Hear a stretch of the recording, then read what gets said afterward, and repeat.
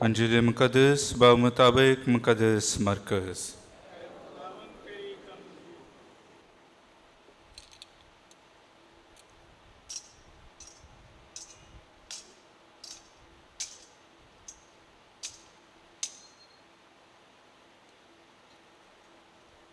اس کے نام باپ مسیح۔ ایک دن یوحنا نے یسوع سے کہا، اے استاد، ہم نے ایک تو تیرے نام سے بدروحوں کو نکالتے دیکھا اور وہ ہمارا پیرو نہیں۔ ہم نے اسے منع کیا۔ تب یسوع نے کہا، اسے منع نہ کرو، کیونکہ ایسا کوئی نہیں جو میرے نام پر معجزے کرے اور جلد مجھے برا کہہ سکے، کیونکہ جو ہمارے خلاف نہیں وہ ہماری طرف ہے۔ اس لیے جو کوئی میرے نام پر تمہیں ایک پیالہ پانی پینے کو دے، اس لحاظ سے کہ تم مسیح کے ہو، میں تم سے سچ کہتا ہوں کہ وہ اپنے اجر سے ہرگز محروم نہ رہے گا۔ اور جو کوئی ان چھوٹوں میں سے جو مجھ پر ایمان لاتے ہیں کسی کو ٹھوکر کھلائے، اس کے لیے یہ بہتر ہے کہ چکی کا پاٹ اس کے گلے میں ڈالا جائے، سمندر میں پھینکا جائے۔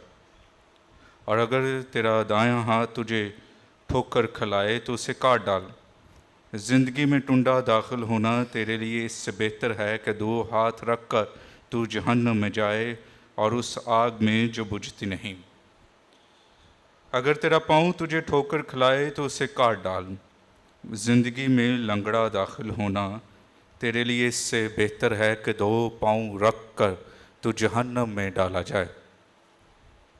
اور اگر تیری آنکھ تجھے ٹھوکر کھلائے تو اسے نکال ڈال۔ خدا کی بادشاہی میں کانا داخل ہونا تیرے لیے اس سے بہتر ہے کہ دو آنکھیں رکھ کر تو آگ کی جہنم میں ڈالا جائے، جہاں ان کا کیڑا مرتا نہیں اور آگ بجھتی نہیں۔ انجیل مقدس کے وسیلہ سے ہم سب کے گناہ معاف کیے جائیں۔ مسیح خداوند میں عزیز مومنین، مہربان خدا کے شکر گزار ہوں زندگی اور زندگی کی تمام نعمتوں کے لیے، برکات کے لیے۔ آج سال کے دوران 26واں اتوار ہے اور آج مہینے کا آخری اتوار ہے۔ خدا کے حضور تمام برکات اور فضائل کے لیے، ان تمام نعمتوں کے لیے خدا کے حضور خاندانی سلامتی کے لیے، صحت کے لیے، اولاد کے لیے، شکر گزاری کے لیے ہم خدا کی ہیکل میں موجود ہیں۔ آج کے پاک کلام میں جو خدا کا پاک کلام ہمیں بتاتا ہے کس طرح خدا کا پاک کلام ہمیں اپنے رسالتی مشن کے لیے، خدمت کے لیے برکت دیتا ہے۔ اور دوسرا جو آج کے کلام اقدس میں، کلام مقدس کی روح سے ہم سیکھیں گے کہ کس طرح پاکماں کیتھولک کلیسیا ایک شراکتی کلیسیا ہے۔ اس لیے مسیح خداوند میں عزیز مومنین، خدا بلاتا ہے، چناؤ کرتا ہے، مقرر کرتا ہے، مخصوص کرتا ہے، اور مخصوص کرنے کے بعد برکت دیتا ہے، برکت دینے کے بعد بھیجتا ہے۔ بلاوا، مخصوص کیا جانا اور بھیجنا جانا، یہ خدا کے رسالتی خدمت میں ہوتا ہے۔ اور اس خدمت میں خدا اپنی روح جو ہے، اپنا فضل جو ہے، مختلف طریقوں سے اپنے لوگوں پر عیاں کرتا ہے۔ اور اس لیے ہر بپتسمہ یافتہ مومن اور مومنہ جس کا تعلق مسیحی گھرانے سے ہے، کیتھولک گھرانے سے ہے، خدا کی رسالتی خدمت میں، مشن میں، بشارت میں، منادی میں شامل ہوتا ہے۔ اور اسی طرح آج کی پہلی تلاوت عدد کی کتاب سے لی گئی، نمبر سے لی گئی، گنتی سے لی گئی، جس میں یہ بیان کیا گیا کہ خدا کا بندہ موسیٰ، جو شریعت کا، جس نے خدا کی شریعت کو لے کر آیا، خدا کے قوانین کو لے کر آیا، اور پھر کیا ہوتا ہے کہ نبی ہے، خدا کا مخصوص ہے، خدا کی حکمت ہے، خدا کا فضل ہے، خدا کی رحمت ہے، لیکن انسان ہوتے ہوتے کہیں نہ کہیں وجود میں، بدن میں کمزوری تو ہوتی ہے نا۔ بے شک خدا کی حکمت ہے، خدا کی طاقت ہے، خدا کا فضل ہے جو اس کے تھامے رکھتا ہے، اس کے کندھوں کو سہارا دیتا ہے، اسے چلنے کی طاقت دیتا ہے، لیکن اس کے ساتھ انسان بھی ہے جس میں بدنی کمزوری ہوتی ہے، وجود کی کمزوری ہوتی ہے۔ اور پھر کیا ہوتا ہے کہ موسیٰ خدا کے حضور دعا کرتا ہے اور 70 لوگوں کا انتخاب کیا جاتا ہے، اور کلام میں لکھا ہے کہ خدا کی روح جو تھی، پاکیزگی کی روح تھی، ان 70 بزرگوں پر ڈال دیتا ہے۔ یہ بزرگ کون تھے؟ یہ خدا کے مشن کو لے کر جانے والے تھے، خدا کی قضاؤں کو لے کر جانے والے تھے، خدا کے فضل کو لے کر جانے والے تھے۔ اور ایک نوجوان بھاگتا آتا ہے اور موسیٰ سے کہتا ہے کہ 2 نوجوان جن کا ذکر آج کی پہلی تلاوت میں کیا گیا ہے، لدار اور مہدار، یہ 2 نوجوان ہیں جو اپنے خیمے میں دعا کر رہے ہیں، اور ان پر بھی خدا کی روح نازل ہو گئی ہے۔ شکوہ کیا جاتا ہے، شکایت کی جاتی ہے، اور پھر موسیٰ کا جانشین جو ہے، موسیٰ کا قریبی جو ہے یوشوا کہتا ہے کہ وہ کیوں خدا کی روح ان پر یہاں ہوئی، کیوں؟ کیونکہ وہ تو ہم میں سے نہیں تھے، وہ تو ایک طرف اپنے خیمے میں دعا کر رہے تھے، کیوں خدا کی روح ان پر نازل ہوئی؟ کیا وجہ ہے؟ کیا چیز ہے؟ کیا پاکیزگی ہے؟ کیوں ان پر ظاہر ہوئی؟ اور پھر موسیٰ کہتا ہے کہ تو کیوں اتنی غیرت کھاتا ہے؟ تو کیوں اتنی کیا کھاتا ہے؟ تو کیوں اتنی غیرت کھاتا ہے؟ تو کیوں اتنا فکر مند ہے؟ کیوں تو اتنا خیال کرتا ہے؟ اور پھر موسیٰ ایک دعا کرتا ہے کہ کاش خداوند کے سب لوگ نبی ہوتے اور خداوند اپنی روح ان پر ڈالتا۔ کاش کہ خدا کے سب لوگ جو ہیں، بنی اسرائیل کے لوگ جو ہیں، وہ نبی ہوتے اور خدا کی روح جو ہے ان پر عیاں ہوتی۔ اتنی خوبصورت بات موسیٰ نے کہہ دی کہ میری دعا ہے کہ خدا کے سب لوگ ہی نبی ہوں، میری دعا ہے کہ خدا کے سب لوگ ہی نبی ہوں، 12 کے 12 قبائل کے لوگ نبی ہوں، 12 کے 12 کے قبیلوں کے لوگ نبی ہوں، یہ سارے چھوٹے بڑے کیا سب خدا کے نبی ہوں، اور خدا کی روح ان پر عیاں ہوں۔ خدا کی روح کس طرح ملتی ہے؟ خدا کی روح پاکیزگی سے ملتی ہے، خدا کے فضل سے ملتی ہے، خدا کی رحمت سے ملتی ہے، خدا کے حکموں سے ملتی ہے، خدا کی تابعداری سے ملتی ہے۔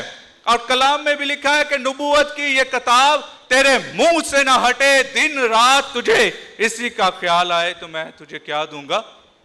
برکت دوں گا، میں تجھے فضل دوں گا، میں اپنی روح تجھ پر ڈالوں گا اور تم پاک ہو جاؤ گے۔ اس لیے مسیح خداوند میں عزیز مومنین، موسیٰ آج دعا کرتا ہے کہ کاش کہ خدا کے سب کے لوگ جو ہیں نبی ہوں۔ اس لیے آج کی انجیل مقدس میں بھی یہی ذکر آیا ہے، یہی خیال پیش کیا گیا ہے۔ اسی خیال کو یسوع مسیح کے شاگرد جو ہیں وہ کہتے ہیں، وہ شاید یہی سمجھتے ہیں کہ پہلا حق ہمارا ہے، جیسا یہودی یہ سمجھتے تھے کہ خدا پر پہلا حق ہی ان پر ہے، اس لیے وہ جتنے زیادہ بھٹک جائیں خدا پھر بھی انہیں برکت دیتا ہے، خدا انہیں برکت اور فضل سے نوازتا ہے۔ اور اسی طرح یسوع کے شاگرد بھی کہتے ہیں کہ یسوع کی قدرت کا پہلا حق جو ہے وہ ہم پر ہی ہے، وہ ہم پر ہے۔ کئی دفعہ اسی بھی کہنے ہیں پنجابی تھے، اسی مسیح دی لاڈلی قوم ہاں، اسی مسیح دی لاڈلی قوم ہاں۔ کئی دفعہ ہمارے بھی الفاظ ہوتے ہیں کہ ہم مسیح کی لاڈلی قوم ہیں، جتنے مرضی بھٹک جائیں، جہاں مرضی چلے جائیں، جہاں مرضی ہم پھرتے رہیں، خدا کے پاک کلام سے دور ہو جائیں، کلیسیا سے دور ہو جائیں، چرچ سے دور ہو جائیں، ہم کہتے ہیں اسی تے مسیح دی لاڈلی قوم۔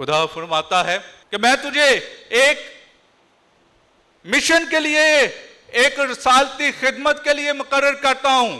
میں نے تجھے اپنی سانسیں دی ہیں، میں نے تجھے اپنے خون سے، آنسوؤں سے خریدا ہے، اس لیے میں تجھے اپنی خدمت کے لیے معمور کرتا ہوں۔ مسیح خداوند میں عزیز مومنین، میں نے کہا کہ خدا سب کو بلاتا ہے۔ بلاوے کا طریقہ کار فرق ہو سکتا ہے، کوئی اس التار پر خدمت کرتا ہے، کوئی یہاں خدمت کرتا ہے، کوئی آلٹر بوائز کی صورت میں کرتا ہے، کوئی کوائر کی منادوں کی صورت میں، اور کوئی باہر انتظامیہ کی صورت میں، چرچ کی صورت میں، کچھ مومنین شامل ہو کر ہم خدا کے جو ہے مشن میں، اس کی رسالتی خدمت میں شامل ہوتے ہیں۔ بلائے جاتے ہیں، بلائے جانے کے ساتھ مقرر کیے جاتے ہیں، اور مقرر کرنے کے ساتھ خدا ہمیں برکت اور فضل سے نوازتا ہے۔ اسی لیے پاک ماں کیتھولک کلیسیا جو ہے شراکتی کلیسیا، کون سی ہے؟ شراکتی کلیسیا ہے۔ کون سی کلیسیا ہے؟ کیوں شراکتی کلیسیا ہے؟ ہم سب ایک ہی روٹی کھاتے ہیں اور خداوند یسوع مسیح کے پاک بدن اور خون میں شامل ہوتے ہیں، اس لیے یہ شراکتی کلیسیا ہے۔ اس لیے کاہن اور کلیسیا کا بڑا گہرا تعلق ہے، کاہن اور کلیسیا کا بڑا گہرا تعلق ہے، اور کاہن اور کلیسیا مل کر ایک ہی منجی کی عبادت کرتے ہیں، ایک ہی خدا کی خدمت کرتے ہیں، اور وہ ہے خدا زمین اور آسمان کا خدا۔ ایک ہی خدا کی خدمت کرتے ہیں، اس کے نام میں بڑھتے ہیں، اس کی تمجید کرتے ہیں، اس لیے یہ شراکتی کلیسیا ہے۔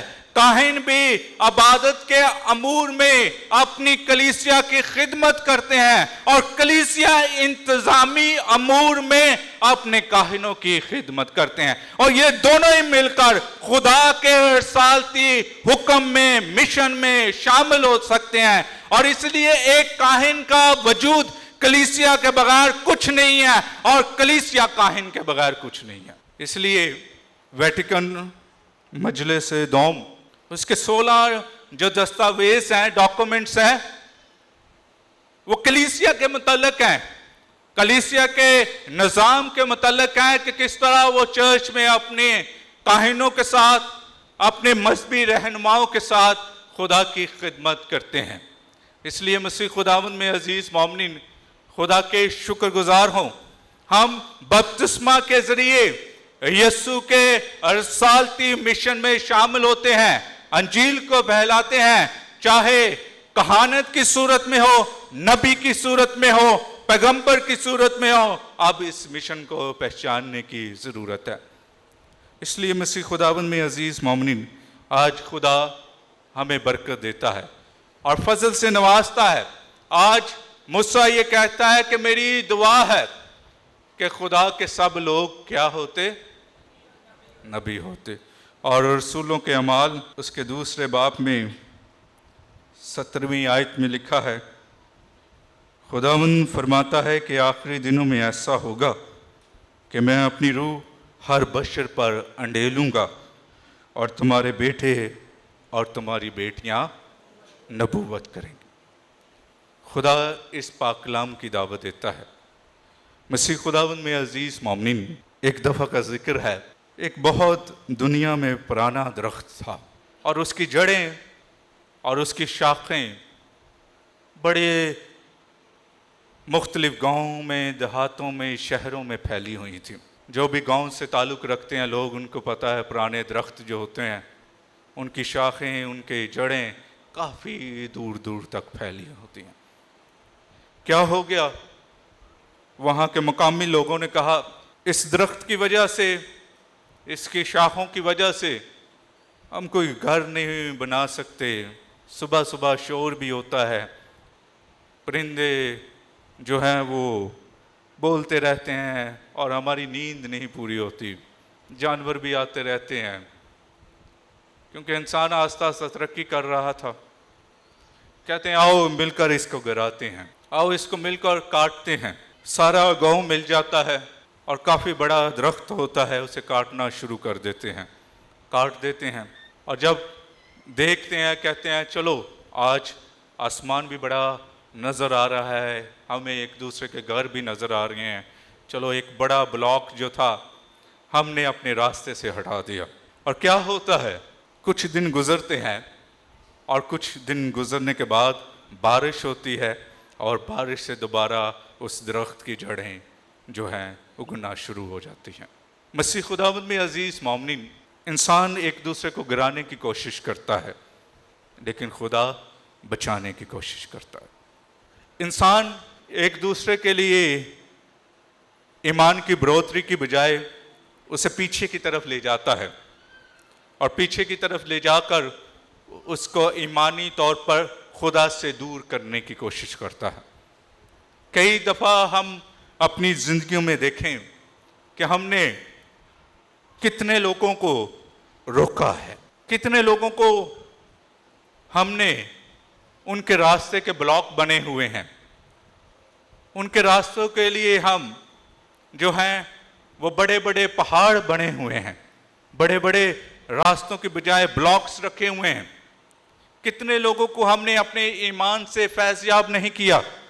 جو خدا نے ہمیں زندگی اور برکت اور فضل سے نوازا ہے, وہ ہماری زندگی سے کتنے لوگ جو ہیں فائدہ مند یا اس سے جو ہے زندگی سے زندگی حاصل کر رہے ہیں. ہم نے اپنی ذات کو صرف اور صرف ایک ہی پہلو میں اپنے گھرانے میں جو ہے رکھ کر چھوڑ دیا ہے. ہم نے صرف اپنے خاندان کے بارے میں سوچنا شروع کر دیا ہے. میں آج آپ کو دعوت دیتا ہوں اپنے خاندان کے معاشرے اور سماجی حالات کے ساتھ ایمانی حالت کو بھی دیکھیں, ایمانی حالت کو بھی دیکھیں, ایمان کو بھی دیکھیں, اور ایمان کو دیکھتے ہوئے ہمیشہ اس بات کو بھی سوچیں کہ آپ اپنے بہن بھائیوں کے لیے کون سا کردار سر انجام دے سکتے ہیں. کیا آپ اپنے بہن بھائیوں کے لیے ایمان کو بڑھانے کا, کلام کو سننے کا کردار سر انجام دے سکتے ہیں, انہیں چرچ کی طرف لے کر آ سکتے ہیں؟ کتنے ایسے لوگ ہیں جو ابھی بھی اپنے گھرانوں میں اپنے کچھ فیملیز ممبر کو گھر چھوڑ کر آئے ہوئے ہیں. کتنے لوگ ہیں جو ابھی بھی نیند کی آغوش میں ہیں, جو یہ کہہ رہے ہیں کہ آج اتوار ہے, چلو آج زیادہ سوتے ہیں. ہم نے صرف اپنی زندگی کو اپنے مطابق ہی رکھ دیا. آج خدا ہمیں دعوت دیتا ہے, اور ایک دفعہ میں نے پہلے بھی کہا کہ کون سا گھرانہ پورا کا پورا چرچ آتا ہے, تو اس میں سے چند لوگوں کے ہاتھ کھڑے تھے. آج میری دعا ہے کہ خدا آپ کو برکت دے. آپ اپنے بزرگوں کے ساتھ خدا کے گھر میں آئیں, بچوں کے ساتھ آئیں, نوجوان بیٹے اور بیٹیوں کے ساتھ آئیں, اور اسی طرح خدا کی نبوت پوری ہوگی جب خدا کا پاک کلام سنا اور پڑھا جائے گا.